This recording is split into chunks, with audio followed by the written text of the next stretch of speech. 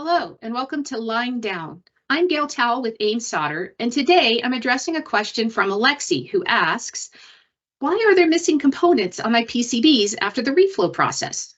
Thanks for reaching out, Alexi. This is certainly a cause for concern. Missing components can lead to costly rework and delays. Addressing this problem requires some systematic troubleshooting to determine the root cause. First, take a look at the printing process, which sets the foundation for successful component placement. Start by verifying that all print parameters are set correctly. Next, make sure your stencil apertures aren't clogged and that the PCB support is properly aligned. Perfect contact between the stencil and the PCB is essential.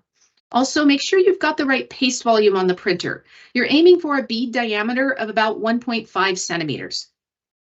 The next key area to investigate is component placement. Check that the pick-and-place machine is accurately placing components without any tilting or rotation. Also consider checking for PCB vibration during the placement process. Examine your machine nozzles closely, as their condition as well as their speed and force settings are important here as well. And consider the physical state of the component packaging to rule out any defects. The next thing to look at is your oven and your reflow profile. It's important to regularly verify your reflow profile falls within the specified tolerance, as consistency here can solve a lot of headaches.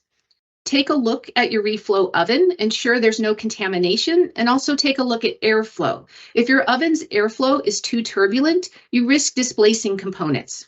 And of course, ensure that the conveyor moving PCBs through the oven is moving smoothly so that the components are not jarred out of place during transport.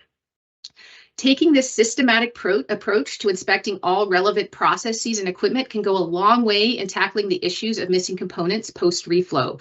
However, if you try all these troubleshooting methods and you're still running into problems, don't hesitate to contact our technical support team. At AIM, we have experts in process ready to help at a moment's notice.